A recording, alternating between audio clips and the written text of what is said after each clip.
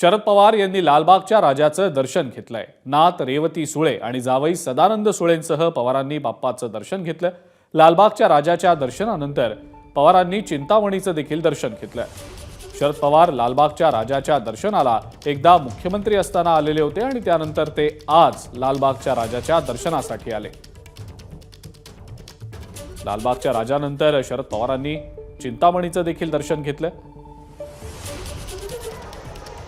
सदानंद सुळे आणि रेवती सुळे यांच्या सोबत शरद पवार लालबागच्या राजाच्या दर्शनासाठी आलेले होते। दोन दृश्य आपण पाहतो स्क्रीनवर। लालबागच्या राजाचं दर्शन घेतानाची शरद पवारांची दृश्य आणि स्क्रीनच्या उजवीकडचं दृश्य चिंचपोकळीच्या चिंतामणीचं दर्शन घेतानाचं।